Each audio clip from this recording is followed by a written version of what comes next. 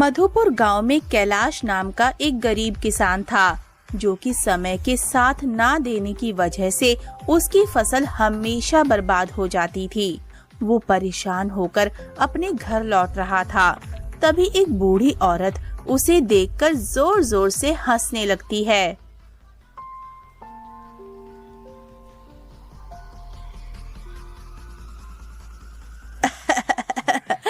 अरे कहाँ जा रहा है? तेरी तो कुछ ही दिनों में मृत्यु होने वाली है। ये कैसी बकवास बातें कर रही हो? ये भला कैसे हो सकता है? अरे मैं अभी तो अच्छा खासा हूँ, फिर मैं कैसे मरूंगा? मारने वाला कोई और नहीं बल्कि तेरा ही बेटा होगा। वो तुझे मारेगा और तेरे साथ तेरी पत्नी को भी, और साथ ही पूरे गांव पर खतरा बनकर टूटेगा। इसलिए कुछ ऐसा कर जिससे ये सब रुक जाए। ये क्या सठिया गई हो क्या बुढ़ापे में? हैं? अभी मेरा बेटा सिर्फ 8 साल का है, वो भला मुझे कैसे मार सकता है? दिमाग ठीक तो है तुम्हारा? मेरा कहा हुआ कभी झूठ नहीं होता और ये सच है।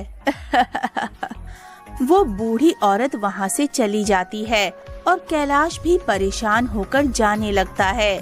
तभी ये बातें महेश सुन लेता है। ओ, तो इसका मतलब ये हुआ कि कैलाश के बेटे से पूरे गांव को खतरा है और मुझे ये बात जाकर मुखिया जी को बतानी चाहिए और कैलाश के बेटे को किसी न किसी तरह से तो मारना ही होगा, नहीं तो पूरे गांव वाले खतरे में पड़ जाएंगे। हाँ, जल्दी से जाता हूँ मुखिया जी के पास। इतना कहकर महेश भागकर मुखिया के पास जाता है।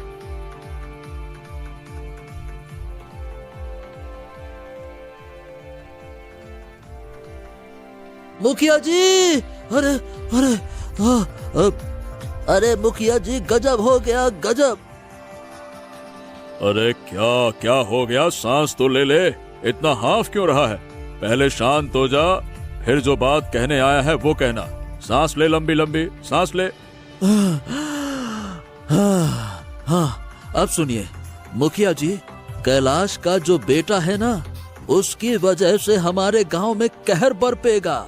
मौत का तांडव होगा, तांडव। एक तपस्वी बुढ़िया ने भविष्यवाणी की है और उसने कैलाश को ये बात बताई है। ओ, क्या बात कर रहा है? क्या वाकई में ऐसी भविष्यवाणी हुई है? ओ, तो फिर हमें इस पर जरूर कोई फैसला लेना होगा। वही तो मुखिया जी, उस एक बच्चे की वजह से हम पूरे गांव वाले मुश्किल में नहीं पड़ना चाहते। चलिए, मैं तो कहता हूँ अभी के अभी उसे मारना चाहिए। ना रहेगा बांस, ना बजेगी बांसुरी। हाँ। ये बात तुम बिल्कुल ठीक कहते हो। चलो अभी चलते हैं। ऐसे ही कई गांव वाले इकट्ठा हो जाते हैं और सभी कैलाश के घर जाते हैं, पर रास्ते में ही कैलाश मिल जाता है। अरे अरे अरे अरे, आप सब लोग यहाँ पे? क्या बात है? इतने परेशान क्यों लग रहे हैं? क्या समस्या है? देखो कैलाश, हमने सुना है कि एक तपस्वी बुढ़िया ने तुम्हारे बेटे की भविष्यवाणी की है, जो कि ये है कि उसकी वजह से तुम्हारी और तुम्हारे पत्नी की भी मृत्यु होगी और साथ ही साथ गांव में भी सभी की मृत्यु होगी। इस वजह से हम सब ने मिलकर ये फैसला किया है कि तुम्हें अपने बेटे को मारना होगा। क्या? ये आप कैसी बातें कर रहे हैं मुखिया जी? अरे वो मेरा इकलौता बेटा है, इकलौता। उसे मैं कैसे मार सकता हूँ? क्या बात करते हैं आप?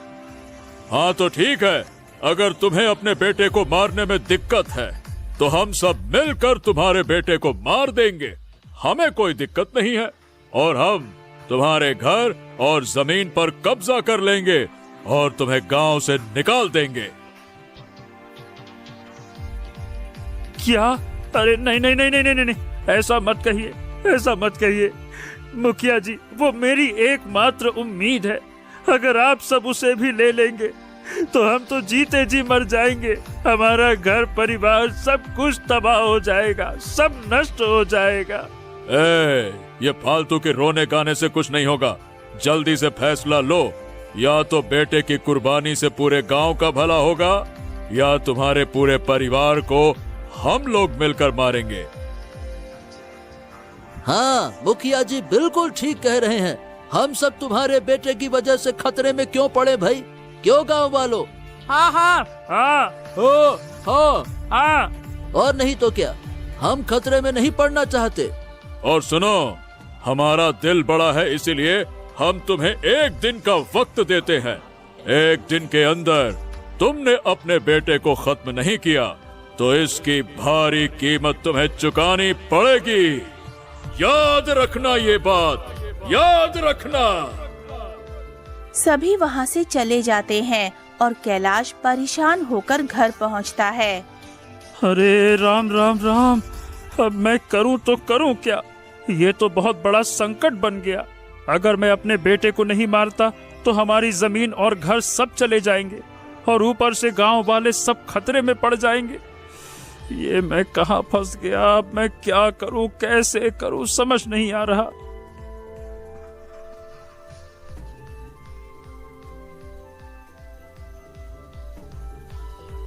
क्या हुआ जी? आप इतने परेशान क्यों लग रहे हैं? सब ठीक तो है ना? मेघा, अरे मैं तुम्हें क्या बताऊं, तुमको पता है आज मैं खेत से लौट रहा था तो एक बूढ़ी औरत मिली। उसने हमें बताया कि हमारा बेटा हम दोनों की हत्या करेगा और साथ ही पूरे गांव वालों पर कहर बनकर टूटेगा। ये कैसी बातें कर रहे हो? भला ऐसा थोड़े ना होता है। हमारा बेटा तो अभी सिर्फ 8 साल का है। आप ये सब दिमाग से निकाल दीजिए, शायद कोई पागल औरत होगी। अरे नहीं भाई, वो कोई पागल औरत नहीं थी। क्या मैं पागल औरत को नहीं जानता क्या? वो बहुत बड़ी ज्ञानी, कोई तपस्वी महात्मा लग रही थी। हाँ, मुझे उसकी बात माननी होगी। मुझे अपने बेटे को मारना होगा। ये आप कैसी बातें कर रहे हो? भला हमारा इकलौता बेटा है, हम उसे कैसे मार सकते हैं, वो भी एक पागल औरत के कहने पर? नहीं नहीं नहीं नहीं मेघा, कुछ भी हो जाए मैंने फैसला कर लिया है। मैं अपने बेटे को मार के रहूंगा। मैं एक जान के बदले पूरे गांव की जान को खतरे में नहीं डाल सकता। मैं सब बताना चाहती हूँ, ये सब जो हो रहा है, पर चाहकर भी आपको नहीं बता सकती। अब मैं क्या करूँ? अरे मुझे पूरे गांव को बचाना है मेघा। एक तरफ पूरा गांव है, एक तरफ मेरा परिवार, मेरा बेटा, मेरे कलेजे का टुकड़ा।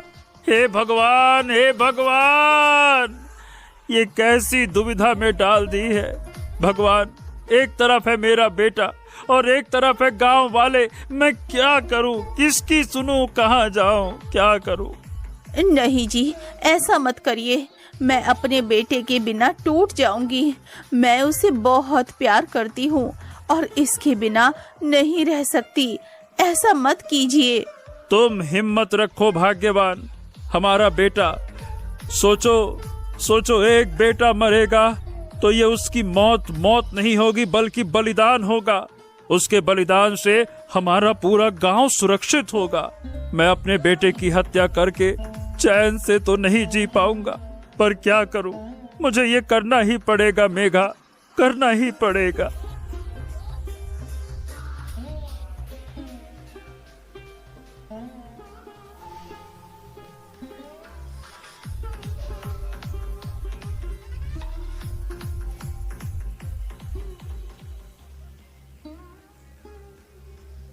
तभी मुखिया वहाँ पर आ जाता है।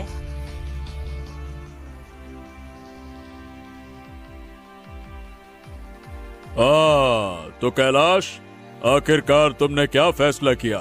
तुम दोनों अपने बेटे की बलि दे रहे हो या नहीं? साफ साफ स्पष्ट बताओ। मुखिया जी, ये बहुत बड़ी दुविधा है, हमें थोड़ा वक्त दीजिए। हम आज ही अपने बेटे की बलि दे देंगे। बहुत अच्छे, बहुत अच्छे। तो ठीक है, गांव वालों के सामने अपने बेटे की बलि देना, ताकि सभी गांव वाले अपने आंख से देख सकें कि हाँ, इस गांव की सबसे बड़ी मुसीबत खत्म हो गई है। नहीं मुखिया जी, मैं नहीं चाहती कि मेरे बेटे का खून कोई देखे। मैं उसे अकेले में मारना चाहती हूँ, क्योंकि मेरा बेटा बहुत मासूम है और उसकी हत्या का तांडव मैं नहीं चाहती कि गांव के और बच्चे देखकर डर जाएं। ये भी ठीक है। ठीक है, तुम सही कह रही हो। तो तुम अकेले में अपने बेटे की बलि दो। ठीक है। इतना कहकर मुखिया वहाँ से चला जाता है। देखो मेघा, अगर मैंने अपने बेटे को नहीं मारा तो पूरे गांव वाले हमारे बेटे को भूखे भेड़िए की तरह झपट्टा मारेंगे, नोच खाएंगे उसको। ठीक है, बस मेरी एक बात मान लीजिए। हो, समझ क्यों नहीं रही हो? ठीक है, क्या बात है, बोलो, जल्दी बोलो। मैं तुम्हारी सारी बात मान लूंगा, लेकिन बस ये मत कहना कि बेटे को छोड़ना है। अब बोलो। तुम अपने बेटे को मारते वक्त अपनी आंखों पर पट्टी बांध लेना। अगर तुम उसकी हत्या होते हुए देखोगे तो पूरी जिंदगी खुद को दोषी मानते रहोगे। हाँ, ये तुम सही कहती हो। ठीक, मैं ऐसा ही करूंगा। मैं आंखों पर पट्टी बांध दूंगा। ठीक है। फिर कैलाश अपनी आंखों पर पट्टी बांधकर अपने बेटे की हत्या कर देता है और ऐसे ही कई दिन बीत जाते हैं, लेकिन कैलाश खाना पीना सब छोड़कर बैठ जाता है। अरे, मैंने ऐसा कौन सा कर्म किया था भगवान, जो मेरे हाथों मेरे ही इकलौते संतान की हत्या हो गई। मैं तो जीते जी मर गया, जीते जी। अब जीने की बिल्कुल इच्छा नहीं है। अरे मुझे उठा लो, मुझको भी उठा लो, मुझको भी उठा लो।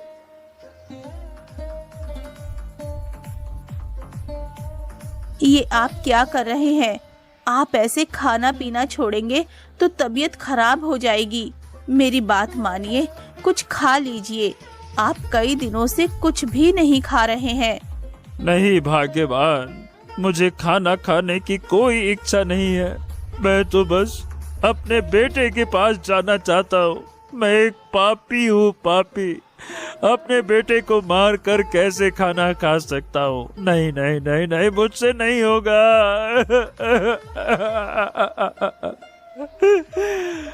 कैलाश फूट फूट कर रोता है। तभी मुखिया और कुछ गांव वाले आ जाते हैं। अरे बस बस बस बस कैलाश, शांत हो जाओ, शांत हो जाओ। देखो, तुम एक पिता हो और तुम्हारे ऊपर क्या बीत रही होगी हम सब बहुत अच्छे से समझते हैं, और हम यही कहते हैं कि तुम हमें माफ कर दो। मैंने तुम्हें बहुत कम वक्त दिया, पर क्या करें, पूरे गांव का सवाल था, इसलिए हमें जल्दबाजी करनी पड़ी। मुखिया जी, मैं टूट गया हूँ, टूट गया हूँ अपने बेटे की हत्या करके। मुझे जीने की कोई इच्छा नहीं है। आप मेरा गला दबाकर मार क्यों नहीं देते हो मुझको? ए महेश, तू मार डाल। वो रखी है हसिया, काट दे मेरा गला। अपने हाथ से मैं अपनी मौत नहीं कर पा रहा। मार डालो मुझको, मार डालो, मार डालो। अरे बस बस बस बस, हिम्मत रखो कैलाश। तुमने अपने बेटे की हत्या नहीं की है, बल्कि ऐसे सोचो कि तुमने पूरे गांव की भलाई के लिए बलिदान दिया है, ताकि सब खुशी खुशी रह सके। हम सब तुम्हारे दुख में तुम्हारे साथ हैं, पर क्या करें, चाह कर भी तुम्हारा दुख कम नहीं कर सकते हैं। बस कह सकते हैं कि शांत हो जा, शांत हो जा। अच्छा मेघा बेटी, मैं तुम्हारे लिए जो कर सकता था मैंने कर दिया। हम गांव वालों ने तुम्हारे सारे खेतों में फसल बो दी है। कैलाश की हालत देखकर हम सभी को बहुत तरस आया, इसीलिए हमने फैसला किया है कि तुम्हारी हर तरह से मदद करेंगे। हाँ, और तुम्हें चिंता करने की कोई जरूरत नहीं है। हम तुम्हारी फसल काटकर तुम्हारे घर पर ला भी देंगे, चिंता मत करना। आप सबका बहुत बहुत धन्यवाद। आपने हमारा साथ दिया। ओहो, इसमें धन्यवाद की क्या बात है? तुम्हारे पति ने भी अपने बेटे की परवाह नहीं की और पूरे गांव की भलाई का सोचा। धन्यवाद तो हमको करना चाहिए, है ना? ये तो हमारा फर्ज था इंसानियत के नाते। मेरा दिल बहुत बड़ा है बेटी, है ना? हाँ, चलो चलो भाई, चलो चलो चलो सब लोग। इतना कहकर सभी गांव वाले वहां से चले जाते हैं।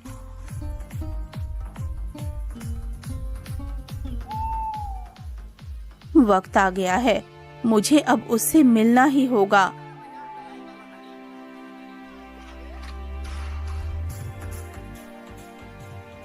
आधी रात को मेघा घने जंगल की तरफ निकल पड़ती है। तभी जंगल में एक आदमी दिखाई देता है।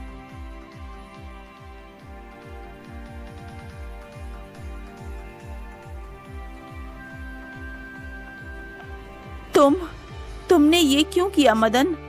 अगर तुमने मेरी बात नहीं मानी मेघा, तो देखा नहीं अभी तुम्हारे पति को तोड़ ही दिया है अपने बेटे की हत्या के शोक में। उसके बाद मैं क्या कर सकता हूँ तुम्हें पता है ना? नहीं, तुम ऐसा नहीं कर सकते हो, ये ठीक नहीं है।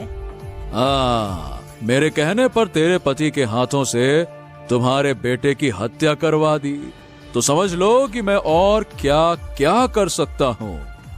मैं जानती थी ये सब तुमने किया है, पर याद रखो मैं भी इतनी जल्दी हार मानने वाली नहीं हूँ। तुम्हारे पास अभी भी समय है, मेरी बात मान ले मेघा, नहीं तो तुम्हारे पति को मैं मार दूंगा और फिर तुम्हारे पास और कोई रास्ता नहीं बचेगा मेरी बात मानने के सिवा, समझे? तुम ऐसा कुछ नहीं कर पाओगे। इतना कहकर मेघा हंसते हुए आगे बढ़ जाती है। ओहो, इतना गुरूर! आखिरकार ये इतना मुस्कुरा क्यों रही है? क्या कहीं ये कुछ ऐसा तो नहीं जानती जो मुझे नहीं पता है? मुझे इसका पीछा करना चाहिए, जो कुछ भी छिपा है मुझे खुद ही पता चल जाएगा। हाँ। वो चुपके से मेघा का पीछा करता हुआ घने जंगल की ओर बढ़ जाता है और मेघा घने जंगलों की ओर चली जाती है। कुछ दूर जाने के बाद उसे एक बैल मिलता है। आओ आओ आओ आओ मेघा, तुमने अपना कार्य पूरा कर लिया। जैसा मैंने कहा था तुमने वैसा किया ना? तुमने जैसा कहा था मैंने वैसा ही किया। अब बताओ मेरा बच्चा कहाँ है? सुरक्षित तो है ना? तुम्हारा बच्चा बिल्कुल सही सलामत रखा हुआ है। देखो, सामने जो एक गुफा है, उसी गुफा में तुम्हारा बच्चा है। बहुत बहुत धन्यवाद। मेघा गुफा की तरफ निकल पड़ती है और जैसे ही गुफा में जाती है तभी उसका बेटा राजू रोने लग जाता है। माँ माँ माँ माँ, आप मुझे छोड़कर क्यों चली गई थी?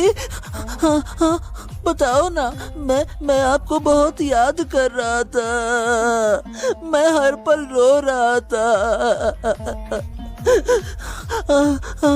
अरे मेरे लाल, मेरे राजू, मैं तो तुझसे कभी दूर हो ही नहीं सकती थी।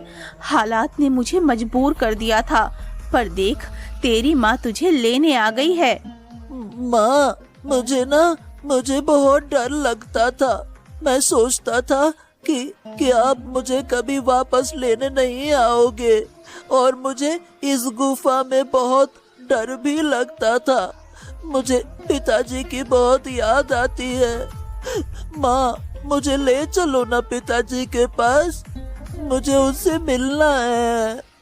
नहीं मेरे बेटे, मैं तुझसे दूर रह ही नहीं सकती। तू मेरी सांसें है। अब चाहे कुछ भी हो जाए, मैं तुझे फिर कभी अकेला नहीं छोड़ूंगी। दोनों रोते हुए एक दूसरे को कसकर गले लगा लेते हैं। तभी उसका पीछा करते हुए वहाँ पर मदन आ जाता है। ओ, तेरा बच्चा तो मर गया था ना? फिर ये क्या चक्कर है? ये जिंदा कैसे है? जैसे तूने उस तांत्रिक बुढ़िया से मिलकर मेरे पति और गांव वालों को फंसाया था, उसी तरह मैंने अपने बच्चे को बचा लिया। अच्छा, तो तूने इस बच्चे को जान से मारा ही नहीं और इसे यहाँ छुपा कर रख दिया, क्यों रे? है ना? तू एक माँ की शक्ति को देख। एक माँ अपने ऊपर आ जाए तो अपने बच्चों को कहीं से भी बचा लेती है।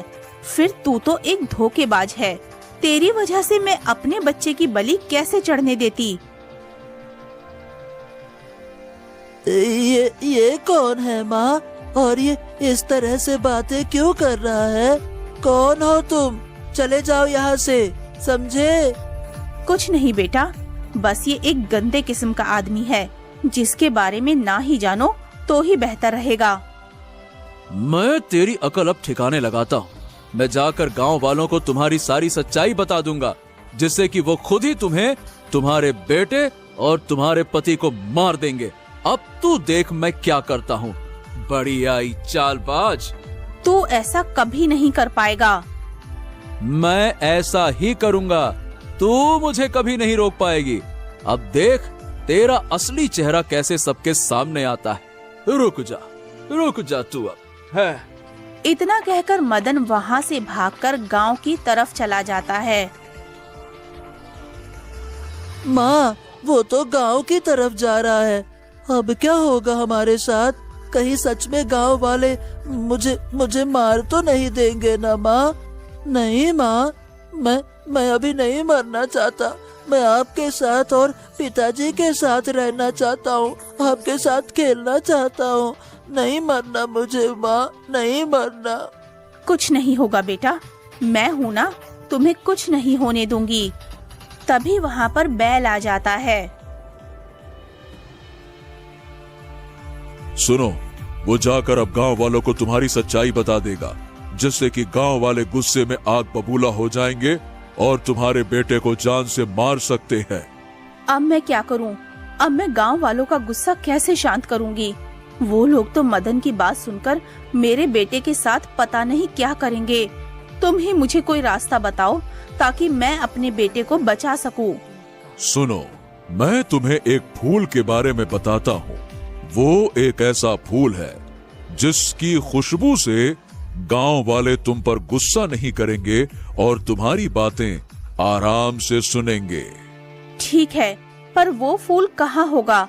मुझे बताइए, मुझे वो फूल चाहिए ताकि मैं गांव वालों को सब बात समझा सकूं। सुनो, फूल पाने के लिए तुम्हें कोई कीमती चीज उसके पास देना होगा, क्योंकि बिना कीमती चीज दिए वो फूल नहीं देता है। मेरे पास अभी कुछ कीमती नहीं है सिवाय मेरे प्राण के। मैं अपने प्राण देने को तैयार हूँ, बस मुझे वो फूल ला दो। ठीक है, वो फूल लाकर देता हूँ, तुम यहीं रुको, मैं लेकर आता हूँ।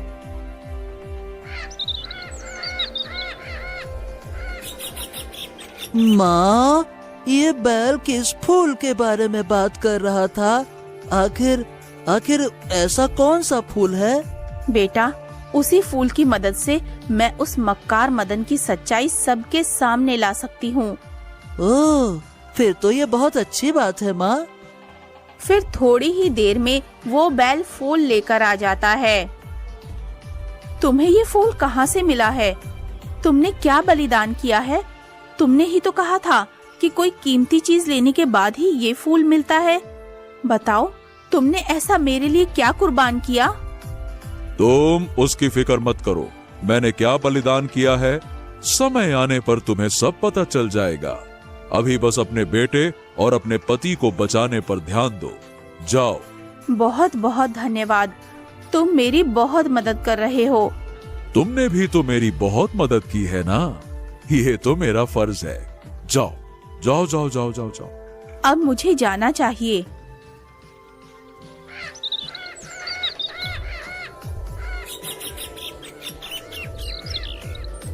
माँ, ये बैल कौन था? इसने मेरी जान बचाई और इतने दिनों तक मेरी देखभाल भी की, पर मुझे इनके बारे में कुछ भी नहीं पता। ये कौन है? ये बोलते क्यों हैं हमारी तरह? मैंने और जानवरों को तो नहीं देखा बोलते हुए। बेटा, ये तुम नहीं समझोगे। जब तुम बड़े हो जाओगे तब इसके बारे में सब समझ जाओगे। अब चलो, हमें गांव जाना होगा। मेघा और राजू वहाँ से निकल जाते हैं। वहीं दूसरी तरफ मदन गांव पहुँच जाता है। अरे सुनो सुनो सुनो, सभी गांव वालों सुनो, ध्यान से सुनो। ये कैलाश का बेटा मरा नहीं है, वो जिंदा है, जिंदा। उसकी पत्नी ने हम सबको धोखा दिया है, क्योंकि उसने अपने बेटे को जिंदा रखा और हमें मौत के तांडव में डाल दिया। इसकी वजह कोई और नहीं बल्कि कैलाश की पत्नी है, पत्नी मेघा, वही इसकी जिम्मेदार है। क्या कहा? उसकी पत्नी ने अपने बेटे को बचा लिया? नहीं नहीं नहीं नहीं नहीं नहीं, उसने साफ साफ धोखा दिया है। इसे हम जीवित नहीं छोड़ेंगे। गांव वालों, अब कोई मौका नहीं दिया जाएगा। बिल्कुल मुखिया जी, आप बिल्कुल ठीक कह रहे हैं। उसने अपने बेटे को बचाने के लिए हम सबकी जान को खतरे में डाल दिया है। उसे इसकी सजा तो मिलनी ही चाहिए। हाँ, बिल्कुल सही। और ऐसी औरत की वजह से हमारे गांव के कितने आदमी मारे जाएंगे, बताओ भला। तभी ये बात कैलाश सुनकर घर से बाहर आता है। अरे अरे अरे, ये तुम लोग क्या कह रहे हो? अरे मैंने तो अपने बेटे को अपने इन्हीं हाथों से मारा था, फिर वो कैसे जीवित हो सकता है? अरे कैसे क्या, सीधी सी बात है कि तुम्हारी पत्नी ने तुमको भी धोखा दिया है। वो अपने बेटे को एक गुफा में छुपा कर रखी थी। मैं अभी उसे देख कर आया हूँ। दोनों लिपट लिपट कर रो रहे थे। बस बहुत हो गया कैलाश, अब इसकी सजा हम देंगे। तुम्हारे बेटे को हम सब मिलकर मारेंगे और तुम्हारी पत्नी को भी इसकी कड़ी से कड़ी सजा देंगे। उसने हमें नहीं बल्कि पूरे गांव को धोखा दिया है। ठीक है साथियों, तो हम सब उसे देखते ही खत्म कर देंगे, वरना पता नहीं हमारे गांव में और कितनों की मौतें होंगी। चलो। तभी मेघा अपने बेटे के साथ वहाँ पर आ जाती है और एक गांव वाला चाकू लेकर दौड़ता है और राजू को मारने की कोशिश करता है। तभी मेघा वो फूल निकालकर उस व्यक्ति के आगे रख देती है। गांव वाले फूल की खुशबू से शांत हो जाते हैं और वहीं रुक जाते हैं। हाँ, ये तुमने क्या किया? हमारे गांव वालों पर तुमने काला जादू किया है क्या? मुखिया जी, शांत हो जाइए। हमने कोई काला जादू नहीं किया। ये इस फूल की खासियत है कि ये गुस्से वाले आदमी को शांत कर देता है। मैं आप सबको एक बात बताना चाहती हूँ। बस अब मैं तुम लोगों की कोई बात नहीं सुनने वाला हूँ। मैं समझ गया हूँ कि तुमने क्यों कहा था कि अपनी संतान की बलि अकेले में देना चाहती हो, ताकि अपने बच्चों को बचा सको, है ना? और हम सबको बेवकूफ बना सको। है ना? नहीं मुखिया जी, ये सच नहीं है। जो मैं कह रही हूँ वो सच है, झूठ नहीं है। भाग्यवान, मुझे समझ में नहीं आया कि तुमने आखिरकार हमारे बेटे को बचाया कैसे? मैंने तो उसे अपने हाथों से मारा था, फिर ये कैसे हुआ? जी, मैंने आपकी आंखों पर जो पट्टी बांधी थी, उसे बांधते ही मैंने राजू को वहाँ से हटा दिया था और वहाँ एक केले का थंब रख दिया था, ताकि आप जोर से काटो और आवाज आए तो आपको लगे कि आपका बेटा इस दुनिया में नहीं है। और आप उसी वक्त बेहोश भी हो गए थे, तो आपको कुछ भी पता नहीं चला था। ओह, तो फिर राजू कैसे और कहाँ था इतने दिनों तक? मेरी एक बचपन की अच्छी दोस्त है जिसने मेरी मदद की और मेरे बच्चे को सही सलामत अपने पास रखा। मेघा, तुमने हम सबको धोखा क्यों दिया? हमारी जान खतरे में क्यों डाली हैं? अरे मैं कहता हूँ इसे मारना होगा, वरना कीमत पूरे गांव के लोगों को चुकानी पड़ेगी। नहीं नहीं नहीं नहीं नहीं, कोई भी मेरे बच्चे को मत छूना। मैं बिना अपने बच्चे के नहीं रह सकता। बस बहुत हो गया। अरे मैं कहता हूँ इसे मारना होगा, वरना कीमत पूरे गांव के लोगों को चुकानी पड़ेगी। चुप हो जाओ मदन, तुम्हारी वजह से ही ये सब हो रहा है। क्या बात कर रही हो बेटा? इसकी वजह से? ये क्या कह रही हो तुम? मुखिया जी, वो भविष्यवाणी झूठी है। उस बूढ़ी औरत ने मेरे पति से झूठी बातें कही थीं। ये कैसे हो सकता है? वो कभी झूठी भविष्यवाणी नहीं करती है। उस बूढ़ी औरत को ढेर सारा धन चाहिए था। वो तंत्र विद्या करते हुए भी झोपड़ी में रह रही थी और ढेर सारा धन ले लिया था। इसलिए उसने झूठी भविष्यवाणी की इस मदन की वजह से। अब मैं ऐसा क्यों करूंगा? ये साफ साफ झूठ है, झूठ बोल रही है। झूठ मैं नहीं बोल रही हूँ, तुम बोल रहे हो। ये कई सालों से मेरे पीछे हाथ धोकर पड़ा है। इसने मुझे कहा कि मैं इससे शादी कर लूं, नहीं तो ये मेरे बेटे को जान से मार देगा। मैंने इसकी बात नहीं मानी तो इसने उस बुढ़िया के साथ मिलकर हमारे बेटे को मारना चाहा ताकि मैं शादी के लिए हाँ कर दूं। अरे तुम्हारी इतनी हिम्मत, मेरी पत्नी के साथ तूने ऐसा किया? मैं तुझे जीवित नहीं छोड़ूंगा। रुक जा। अरे तुम झूठ बोल रही हो। मैंने ऐसा कुछ नहीं किया। रुको। अरे। इतना कहकर मदन वहाँ से भाग जाता है। अगर ये सच है बेटा, तो तुमने हमें इतने दिनों से क्यों नहीं बताया? क्योंकि उसने मुझे धमकी दी थी। अगर मैंने ये बात किसी को भी बताई तो वो मेरे पति को मार देगा। चलो, इसका भाई जमींदार इसका फैसला करेगा और तुम्हें न्याय दिलाएगा। चलो मेरे साथ, चलो। ओ हो, क्या बात है। आप इतने सारे लोग एक साथ, बताइए कैसे आना हुआ?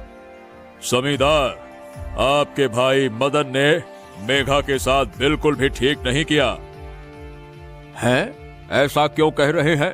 मुखिया जी, ऐसा क्या कर दिया मेरे भाई ने? वो मुझ पर गलत नियत रखता था और मुझे शादी करने के लिए मजबूर करना चाहता था। इसीलिए उसने मेरे बच्चे को मारना चाहा।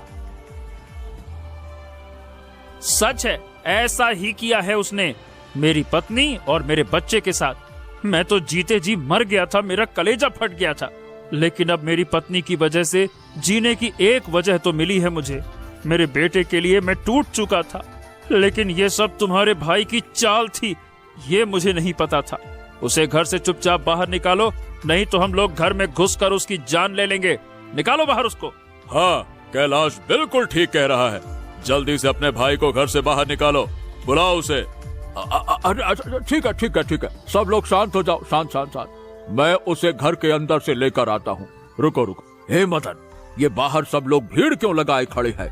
तुमने क्या किया है? साफ जल्दी बताओ।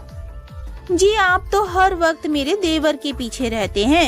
ये मासूम है, ये भला क्या बिगाड़ सकता है? अरे तू तो चुप कर भाग्यवान, ये सब तेरे ही लालच और प्यार का नतीजा है। ज्यादा लाड़ कर रही थी ना उसको, ले अब। नहीं तो अगर मैंने कोई फैसला नहीं लिया तो सभी हमारे घर में घुसकर तोड़ फोड़ कर देंगे और इसको मारेंगे अलग से। भैया मैंने कुछ नहीं किया। ये सब लोग झूठ बोल रहे हैं। अच्छा, तो पूरा गांव एक साथ मिलकर झूठ बोल रहा है और तू एक अकेला राजा हरिश्चंद्र की औलाद है जो सच का देवता बना बैठा है। क्यों रे झूठे? जमींदार मदन को खींचते हुए घर से बाहर लेकर आता है। आप छोड़ दीजिए मेरे देवर को, उसके साथ ऐसा क्यों कर रहे हैं? ये गांव वाले सब झूठ बोल रहे हैं। ये मेरे देवर की खूबसूरती से जलते हैं, उनकी बातों पर विश्वास मत कीजिए। अरे चुप रहो, अगर एक शब्द और बोली ना तो मुझसे बुरा कोई नहीं होगा। इसलिए शांत होकर घर के अंदर चली जाओ।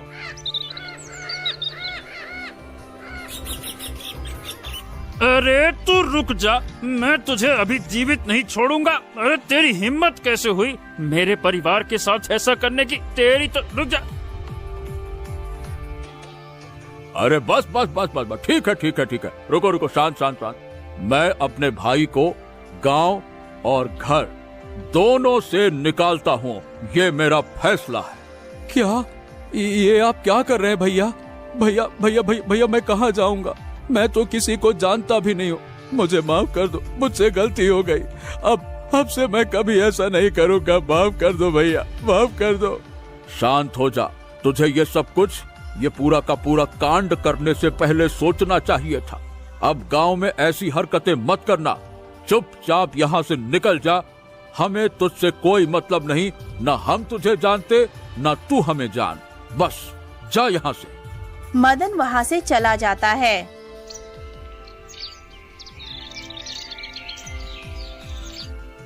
हाँ मेघा बेटा, सुनकर बहुत बुरा लगा।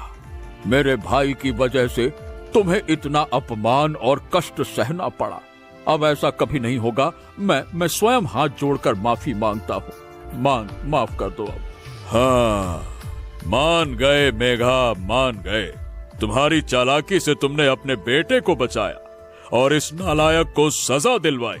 वाकई में तुम बहुत चतुर हो। हर महिला को तुम्हारे जैसा ही चतुर होना चाहिए। शाबाश शाबाश। वाकई में मेघा, तुम्हें पत्नी के रूप में पाकर मैं बहुत खुश हूँ। तुम्हारी वजह से मेरा बेटा सही सलामत है और हमारा परिवार पूरी तरह से खुश है। ये तो कुछ नहीं था जी, ये तो बस हमारे प्यार का कमाल है।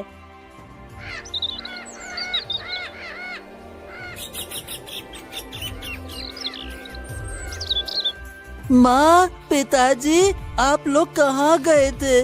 मैं कब से आपका इंतजार कर रहा था। आप दोनों से अब मैं एक पल भी दूर रहना बर्दाश्त नहीं कर पाऊंगा। पिताजी, आप मुझे कभी भी अपने से अलग मत करना। मुझे यहाँ अच्छा नहीं लग रहा था। मैं तो कब से मम्मी से बोल रहा था कि पिताजी से मिलवाओ। हाँ बेटे, मुझे माफ कर दे। मैं झूठी भविष्यवाणी के चक्कर में तुम्हें मारने चला था। मैं क्या कहूँ, मैं शर्मिंदा हूँ। माफ कर दे बेटे, माफ कर दे। नहीं पिताजी, कोई बात नहीं। मुझे ना आपसे कोई शिकायत नहीं है। जो हुआ वो समय की मार थी। अब हम सब हमेशा खुश रहेंगे। हम साथ हैं तो सब अच्छा है। हाँ बेटा, अब हमें कोई तकलीफ नहीं होगी। उस दिन के बाद से गांव वाले उस बुढ़िया की भविष्यवाणी पर यकीन नहीं करते थे और उसे भी गांव से बाहर कर दिया गया था और फिर सभी खुशी खुशी रहने लगे थे।